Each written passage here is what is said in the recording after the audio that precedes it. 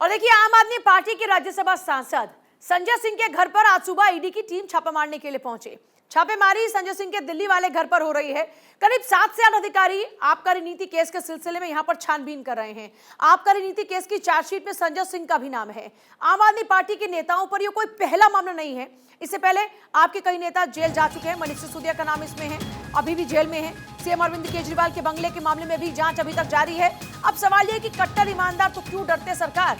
आज इसी मुद्दे पर चर्चा होगी, क्योंकि देखिए, आम आदमी पार्टी की जब उत्पत्ति की बात की जाती है, आपको याद होगा 2014 से पहले का वो अन्ना आंदोलन, जब देश में एक नई क्रांति लाने की बात की जा रही थी। अन्ना हजारे अनशन में बैठे हुए थे।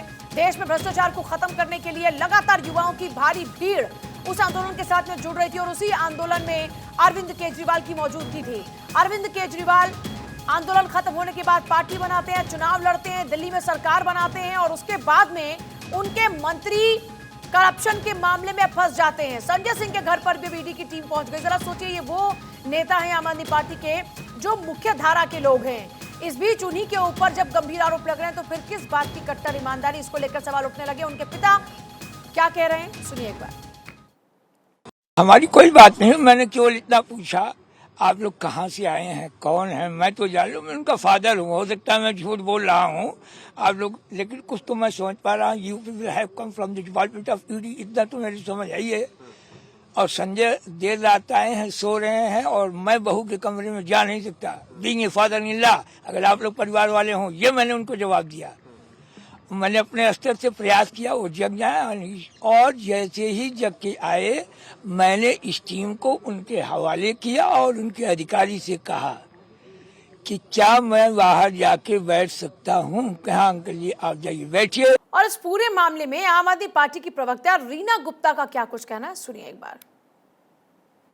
संजय सिंह के आवास पर रेड चल रही है ईडी के सुबह से।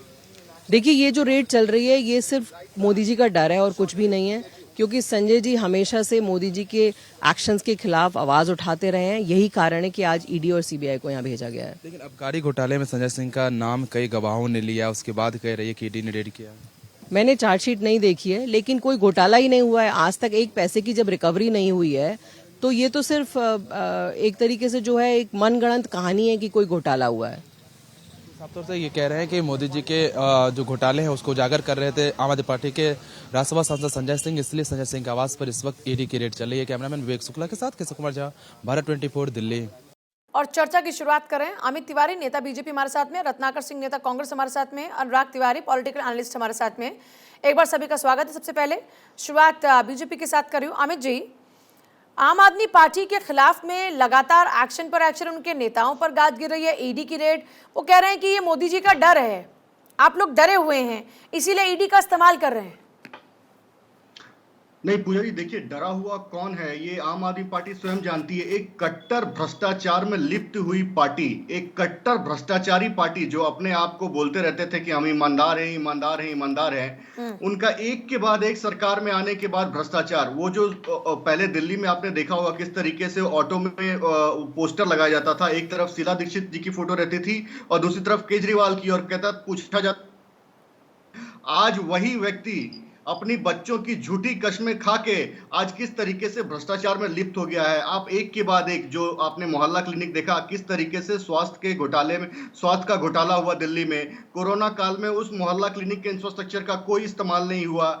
उसके बाद आपने देखिए किस तरीके से शराब घोटाला हुआ, किस तरीके से शिक्षा घोटाला हुआ। शिक्षा घोटाले में सिर्फ एक छत को पेंट करा के, एक क्लासरूम को पेंट करा के उन्होंने कहा कि हमने स्कूलें खोल दी और किस तरीके से वहां पे भ्रष्टाचार करने का प्रयास किया। और एक के बाद एक 40 लाख जनता दिल्ली की है और वहां के मुख्यमंत्री शीश महल बनाते हैं। पराली की समस्या फिर से आ गई है। किस तरीके से नासा ने एक रिपोर्ट दिया है कि वो पराली की समस्या एक विकराल रूप में, और जो अरविंद केजरीवाल दावा करते थे कि पंजाब, अब देखिएगा धीरे धीरे वो नैरेटिव शिफ्ट हो जाएगा, वो हरियाणा आ जाएगा बीच में। तो एक 30 करोड़ की वो दवाई लेकर आए थे कि पराली समाप्त होगी, आज वो उसका प्रचार करते हैं 4000 करोड़ में। तो किस तरीके से एक ये पूरी की पूरी प्रचार युक्त पार्टी है। और संजय सिंह का देखिए, संजय सिंह को तो जवाबदारी देनी पड़ेगी। वो हर मुद्दे पे, आपने देखा संसद में किस तरीके से वो स्पीकर पे चिल्लाने लगते हैं। तो जब उन पर सवाल उठेगा तो जवाब तो उनको देना पड़ेगा। और वो इससे बच नहीं सकते हैं कि सरकार उन पे कार्रवाई कर रही है, उनको जवाब देना पड़ेगा। अगर कोई घोटाला आया है तो उनको जवाब देना पड़ेगा। और ठीक है, कांग्रेस एक भी सेकंड इससे में आपके बच पास नहीं आती हूँ सकती अनुराग क्योंकि तिवारी जी। कांग्रेस इस पे बचा रही है। मैं आपके पास आती हूँ अनुराग तिवारी जी। सवाल यह है कि आम आदमी पार्टी की उत्पत्ति जब हुई तो वो भ्रष्टाचार के खिलाफ लड़ाई के कारण हुई। आप खुद को कट्टर ईमानदार कहते हैं, लेकिन उसके बाद आपके पास भ्रष्टाचार के इतने आरोप लगे जा रहे हैं, तो ये तो दोहरे मापदंड हुए कि आप दिखाते कुछ हैं और हैं कुछ।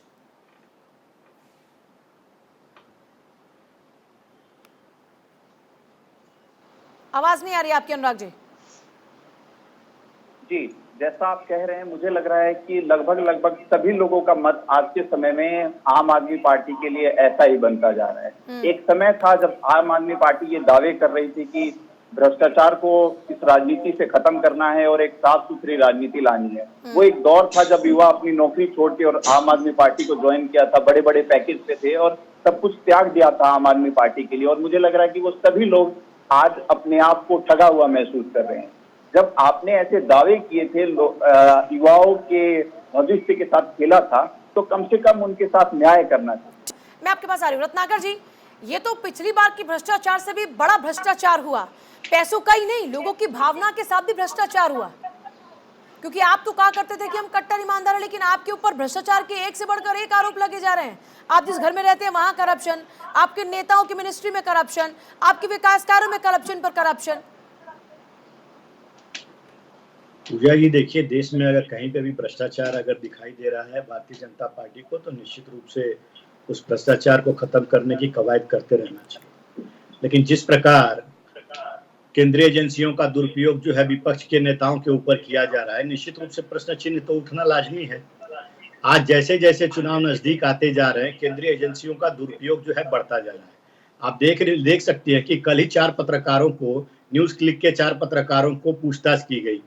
अब ये बताइए, मैं उसकी निंदा नहीं कर रहा हूँ, प्रेस क्लब ऑफ इंडिया भी उसकी निंदा कर रहा है कि आज भारतीय जनता पार्टी उन तमाम आवाजों को दबाने की कोशिश कर रही है, बंद करने की आप कोशिश न्यूज कर रही क्लिक पर है। क्यों लेके जा रहे हैं? मैं अभी न्यूज क्लिक पर जा ही नहीं रहे। न्यूज क्लिक पर भी चर्चा करेंगे जब उसका टॉपिक होगा। अभी फिलहाल का बात आम आदमी पार्टी, जिस आम आदमी पार्टी का बचाव आज आप कर रहे हैं रत्नाकर जी, कल तक तो आम आदमी पार्टी को कांग्रेस पार्टी भी भ्रष्टाचारी कहा करती थी। आज आपके इंडिया गठबंधन का हिस्सा, इसलिए आप कह रहे हैं कि विपक्ष के नेताओं को परेशान किया जा रहा है। कल तक तो आपको भ्रष्टाचारी लगते थे अरविंद केजरीवाल।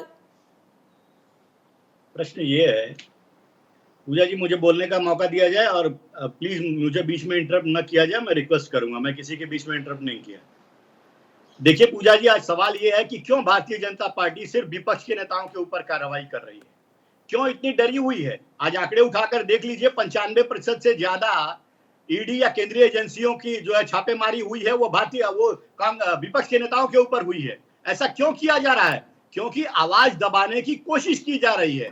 आपने परंजय गुहा की बात सुनी कल की, जब उनसे पूछा गया कि किस तरह क्यों आपको पकड़ा गया, तो उन्होंने कहा कि मैंने मोदी जी को भगवान नहीं कहा, मैंने मोदी जी को महान नहीं कहा, इसलिए मुझे छापेमारी की गई मेरे ऊपर और इंक्वायरी की जा रही है। तो कहीं ना कहीं भारतीय जनता पार्टी आज लोगों की आवाज, जो इनकी विफलताएं हैं, अगर जो भी आवाज उठा रहा है उस आवाज को दबाने की कोशिश की जा रही है। मैं पूछना चाहूंगा, भ्रष्टाचारी कहते थे कि नहीं? रत्नाकर जी, इस सवाल का पहले जवाब दीजिए।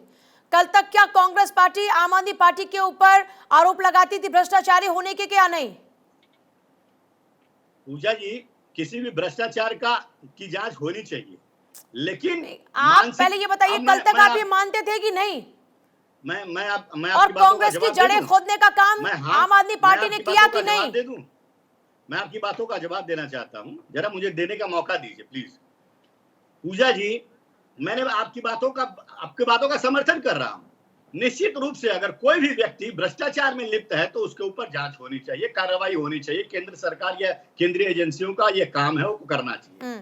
लेकिन प्रश्न फिर वहीं पे उठ खड़ा होता है कि आज इनके नेता जो भ्रष्टाचार में डूबे हुए हैं, उन नेताओं के ऊपर कार्रवाई क्यों नहीं हो रही है? और जो ईडी की जांच, अब महाराष्ट्र की बात ले लेता हूं, महाराष्ट्र में 14 विधायकों के ऊपर जो ईडी की जांच हुई थी सरकार गिराने से पहले, उन जांच का क्या हुआ? आखिर में वो अगर दोषी पाए गए थे उस समय, तो उनकी जांच को उनको सजा मिलनी चाहिए। लेकिन कहीं ना कहीं भारतीय जनता पार्टी सरकारों को गिराने में, लोगों की आवाजों को दबाने में केंद्रीय एजेंसियों का दुरुपयोग कर रही है, जो एक तानाशाही रवैया है। और इस तानाशाही रवैये के खिलाफ है कांग्रेस पार्टी। अमित और तिवारी, निश्चित जवाब रूप दीजिए से इस बात का, सिर्फ विपक्षी पार्टी के लोग ही भ्रष्टाचारी हैं क्या? ऐसे तो बहुत सारे नेता हैं जिनके खिलाफ में मामले चल रहे हैं।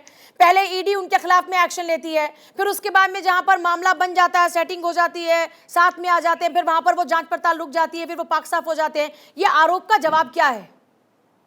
पूजा जी, अगर आप किसी भी नेता पे जिस पे हमने आरोप लगाया है, अगर वो भारतीय जनता पार्टी में आया है, एक भी आरोप हमने विड्रॉ करने का काम नहीं किया है। जो रत्नाकर जी कह रहे हैं, अगर कोई भ्रष्टाचारी है तो उसे छोड़ने का काम हमने नहीं किया है। आरोप सिद्ध होंगे, उन्हें सजा होगी। लेकिन आप ये कहें कि अगर जो विपक्ष का है वो आरोपी है, वो घोटाले किए जाए और उस पर कार्रवाई ना हो, ये कौन सी बात होती है? अगर कोई भ्रष्टाचारी है जो भ्रष्टाचार के नाम पे लड़कर आया है, आप देखिए कांग्रेस पार्टी किस तरीके से बचाव कर रही है। राजस्थान में, छत्तीसगढ़ में आम आदमी पार्टी कांग्रेस के खिलाफ लड़ रही है, वहां पे वो कांग्रेस के भ्रष्टाचार को उजागर कर रही है। और दिल्ली और पंजाब में तो कांग्रेस के भ्रष्टाचार को मुद्दा बनाकर आम आदमी पार्टी ने जीता है। और ये साथ में आज गठबंधन में कह रहे हैं कि हमें भ्रष्टाचार खत्म करना है। दो भ्रष्टाचारी मिलकर ये कहें कि हमें भ्रष्टाचार खत्म करना है, ये अपने आप में कितना हास्यात्मक है। और जनता जानती नहीं है क्या किस तरीके से 40 लाख जनता दिल्ली की आज झुग्गियों में है और वहां के मुख्यमंत्री शीश महल बनाते हैं, और वो भी तब रत्नाकर जी जवाब दीजिए इस बात का। रत्नाकर जी, जब कोरोना काल रहता है। पूजा जी देखिए, ये कोरोना काल भ्रष्टाचार में की बात दिल्ली कर की रहे हैं, जनता इनको ऑक्सीजन की अपने त्राहिमाम गिरबान कर में रही थी और थामना वो अपना चाहिए। महल बना रहे थे, और ये बात कर रहे हैं कि बात करूं, भ्रष्टाचारियों पे कार्रवाई अब मैं नहीं होनी जवाब दे चाहिए। दूं। हाँ, अनिल जी, मैं जवाब दे जवाब। दूं। देखिए, ये भ्रष्टाचार की बात कर रहे हैं, जरा इनको आईना दिखा, अपना खुद आईना देखने की जरूरत है। 40% कर्नाटक की जो भ्रष्टाचार में लिप्त सरकार है, कुछ दिन पहले ही वो सरकार गिर आपने गई। कितनों कैग पे की केस रिपोर्ट दर्ज कर आई दिया? है, कैग की आपने रिपोर्ट कितनों आई है पे केस जिसमें दर्ज तेरह कर दिया? भ्रष्टाचार जो है 40% झूठ बोल करके तो आए आप। आयुष्मान भारत लेकिन योजना आपने से लगा कितनों के पे तमाम केस दर्ज कर दिया? भ्रष्टाचार के आपने आरोप जो कितनों है पे कैग कार्रवाई की आगे रिपोर्ट में बढ़ाई? आई है। ये आपने तो मैं कितनों नहीं पे कर रहा हूं ना, FIR करवाया? ये तो कैग की रिपोर्ट बता रही है। जीरो FIR करवाया आपने। तो ये बीच झूठ में यार बोलने का क्यों काम बंद डिस्टर्ब कीजिए करते रत्नाकर जी। अगर कर्नाटक में 40% एक सरकार वहां पे सेकंड, थी, एक सेकंड, करप्ट थी, अनुराग तिवारी। तो आपने पूजा जी, कितनों पे केस पूजा मैं जी, आती हूँ, मैं मेरे छोटी पास सी बात ज्यादा कहूंगा। वक्त नहीं है। एक लाइन और, अनुराग जी, एक लाइन और। एक सेकंड में आती हूँ। सिर्फ एक अनुराग लाइन, जी, एक लाइन। सवाल ये है कि एक सच्चाई तो है कि जो खुद को कट्टर ईमानदार होने का दावा करते हैं, वो फिर अपने फैसले लेते हैं, फिर उन्हीं फैसलों पर यू टर्न लेते हैं, तो सवाल तो उठेंगे ना, सवाल तो पूछे जाएंगे ना। भी आवाज कहा नहीं आ था रही, हाँ। कि जैसे मैंने पहले भी कहा था कि सवाल पूछा भी जाना चाहिए। जिस तरीके के दावे किए गए थे 2012-13 में, अगर वो दावों को आप पूरा नहीं करते हैं तो जो लोग आपके साथ ज्वाइन हुए थे उनके साथ साथ आप पूरे देश के साथ खिलवाड़ कर रहे हैं, पूरे देश के जो भरोसा है उसको तोड़ रहे हैं। अब जो बात हुई है ईडी की, एक चीज हमें समझना जरूरी है कि ईडी का काम क्या है। ईडी का काम है कि जो भी आर्थिक गतिविधियां हो रही हैं, जहां गलत कुछ आर्थिक गतिविधियां हो रही हैं, उनको ठीक किया जाए। अब जब इस विषय में ईडी अपनी कार्रवाई कर रही है तो विपक्ष को समस्या क्यों होना चाहिए? क्या बिहार में अगर लालू प्रसाद यादव के खिलाफ कार्रवाई हो रही है और उनके खिलाफ अलग अलग केस हैं, चाहे वो लैंड फॉर जॉब है, चाहे वो चारा घोटाला है, अगर उनके ऊपर कार्रवाई हो रही है तो क्या दिक्कत है? ऐसे ही अगर और भी किसी राज्य में हम बात करें, अगर कार्रवाई हो रही है तो ईडी अपना काम करिए। इसका मतलब ये है कि विपक्ष आज के समय में किसी भी मेरे पास, लेकिन अनुराग जी, मेरे पास एक डेटा है 2014 से 22 के दौरान में ईडी ने 121 नेताओं के खिलाफ में जांच पड़ताल शुरू की, जिनमें 115 विपक्ष के थे। 2004 से 14 जब यूपीए की सरकार थी तो 26 राजनेताओं पर ईडी की कार्रवाई हुई थी, इनमें से 14 विपक्षी पार्टी के थे। तब 54% का ये फैक्ट था कि 54% जो विपक्ष के नेता उन पर एक्शन हो रहा था, और अब 115। इस पर क्या कहेंगे आप? जी जी, बिल्कुल बिल्कुल। क्या भ्रष्टाचारी से विपक्ष के नेता है? ये भी एक सवाल बनता है। बिल्कुल, जो आपने फैक्ट बताया है मैं उससे बिल्कुल सहमत हूं। और आपने बोला कि 54% विपक्ष के नेताओं पे कार्रवाई हुई है, तो बाकी जो प्रतिशत 46% जो कार्रवाई है वो तो कहीं ना कहीं एनडीए के समर्थक गुटों के ही साथ हुई है। और एक चीज और समझना होगा हमें, देखिए एक चीज ये समझना होगा ईडी के जो कार्य रत्नाकर जी, एक सवाल मेरा जल्दी से, मेरे पास, मुझे टीम मुझे इजाजत नहीं दे रही, लेकिन मैं सर प्लीज एक सेकंड पर, रत्नाकर जी बहुत मुस्कुरा। रत्नाकर जी, चलिए ईडी जो कर रही है सो कर रही है, आप कह रहे हैं कि ईडी तो एक तरफा कार्रवाई कर रही है, लेकिन फिर कोर्ट भी आपके साथ नहीं है क्या? कोर्ट क्यों नहीं दे रहा फिर इन नेताओं को जमानत? कोर्ट पे तो भरोसा होगा, या कोर्ट पर भी एतराज है, एतबार नहीं? जल्दी से सर। जी, निश्चित रूप से अगर जो भ्रष्टाचार में लिप्त है, कोर्ट उसको सजा देगा और जमानत भी नहीं देगा। तो भ्रष्टाचार का समर्थन हम नहीं करते हैं, लेकिन प्रश्न ये है कि जैसा कि आपने कहा कि यूपीए शासन काल में भी हम 54% विपक्ष के 54% जो है विपक्ष के और 46% जो है सत्ता पक्ष के लोगों पे कार्रवाई किए। लेकिन आज प्रश्न ये है कि भारतीय जनता पार्टी 95% से ज्यादा तो आप खुलासे ये कीजिए ना। विपक्षी नेताओं पे कार्रवाई ही खुलासे क्यों कर रही है? कीजिए। क्योंकि ये बोलना बीजेपी के नेताओं और को मैं एक लेकर चीज बता खुलासे दूं। कीजिए। आपको तो याद होगा ना, जब मुझे अच्छे से याद है 2014 के चुनाव से पहले भारतीय जनता पार्टी और तमाम जो विपक्षी पार्टियां थी कांग्रेस के तमाम नेताओं के खिलाफ में पूरा कच्चा चिट्ठा लेकर आती थी, ये देखिए करप्शन, ये करप्शन, ये करप्शन।